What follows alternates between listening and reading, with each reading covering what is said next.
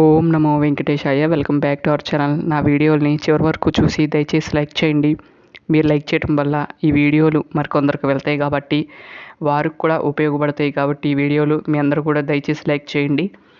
అందరికీ శ్రీరామనవమి శుభాకాంక్షలు. మీ దగ్గర ఉన్న ఆలయాలకు వెళ్ళి మీ అందరూ కూడా అంగరంగ వైభవంగా ఆ రామయ్య కళ్యాణాన్ని వీక్షించారు అని అనుకుంటున్నాను. మేము కూడా టీవీలోనే చూసామండి. భద్రాచలంలో లైవ్ పెట్టుకున్నలా మేము ఈ కళ్యాణాన్ని వీక్షించాము. స్వామివారు మా ఇంట్లో ఉన్న రాముల వారిని ఈ విధంగా అలంకరించి మీ అందరికి కూడా చూపిద్దామని ఈ వీడియో అనేది తీయడం అనేది జరిగింది. చూస్తున్నారు కదా, స్వామివారిని అలా ఉయ్యాలలాగా చేసి ఊపుతూ స్వామివారిని మీ అందరికి కూడా దర్శింపజేద్దామని ఈ వీడియో అనేది తీశాను. చూస్తున్నారు కదా, స్వామివారు ఏ విధంగా అయితే అలంకరించుకున్నారో, ఏ విధంగా అలంకరించాను చీర అనేది కూడా రేపు కానీ ఎల్లుండి కానీ వీడియో వస్తుంది. ఆ వీడియోని కూడా దయచేసి తప్పకుండా చూడండి.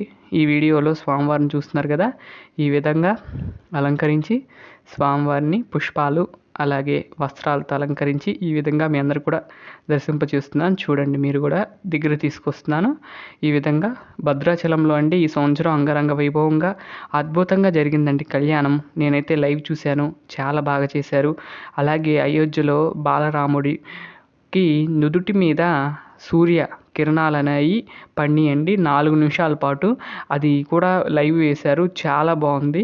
అసలు ఆ 2 కళ్ళు సరిపోలేదండి. ఆ 4 నిమిషాల పాటు ఆ సూర్యుడు ఆ కిరణాలు అనేవి డైరెక్ట్ వచ్చి రౌండ్ షేప్లో వచ్చి స్వామివారి యొక్క నుదుటి మీద పడినాయండి 4 నిమిషాల పాటు. ఆ అద్భుతాన్ని నేను కూడా వీక్షించాను. మీలో ఎవరైనా వీక్షించుంటే మీరు దయచేసి కామెంట్ చేయండి, మేము చూసామని. చాలా అద్భుతంగా జరిగిందండి. లైవ్ కూడా చూశాను.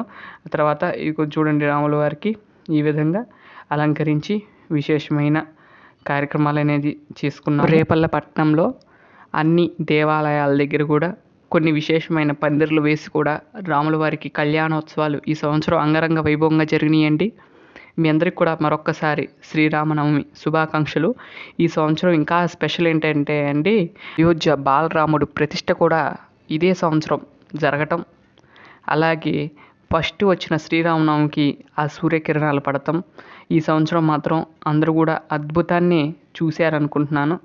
ఈ సంవత్సరం మాత్రం అందరూ ఈ క్రోధనామ సంవత్సరంలో ఆ సీతారాముల యొక్క కరుణా కటాక్షాలు మనందరి మీద ఉండాలని కోరుకుంటున్నానండి. ఈ విధంగా స్వామివారికి తులసి దళాలు సమర్పించడం అనేది జరిగింది. అంగరంగ వైభవంగా స్వామివారి యొక్క కళ్యాణాన్ని భద్రాచలంలో విశేషంగా జరిపించారు. ఆ లైవ్ కూడా చూసాము. ఆ తర్వాత ఒంటిమిట్టలో ఈరోజు నుండి బ్రహ్మోత్సవాలు మొదలవుతాయి. పౌర్ణమి రోజు స్వామివారికి కళ్యాణం జరుగుతుంది అక్కడ. ఎందుకంటే చంద్రుడు చూస్తుండగా కళ్యాణం జరిపించాలని అక్కడ చంద్రుడి యొక్క కోరిక మేరకు స్వామివారు అక్కడ రాత్రిపూట కళ్యాణాన్ని చేయించుకుంటారండి. అన్ని చోట్ల పగలు చేస్తే అక్కడ మాత్రమే నైట్ చేస్తారు.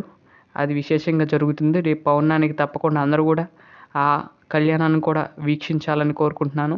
ఈ సంవత్సరం అందరికీ కూడా అనుకున్న పనులన్నీ అయిపోవాలి. ఆ రాముడు సీతమ్మ తల్లి దయ మీ అందరి మీద ఉండాలని కోరుకుంటున్నాను. అన్ని రాష్ట్రాల్లో శ్రీరాముడు ఆలయాలు ఉన్నా కానీ ఈ నవమి రోజు మాత్రం కళ్యాణాన్ని భద్రాచలంలోనే ఫాలో అవుతూ ఉంటారు. అటువంటి గొప్ప క్షేత్రం భద్రాచలం. అలాగే ఇక్కడ రాముడు రామనారాయణుడిగా సాక్షాత్ వైకుంఠం నుండి రామనారాయణుడిగా ఈ భద్రగిరిపై వెలిసి ఉండి మనందరికి కూడా కటాక్షాన్ని కలిగిస్తున్నారు.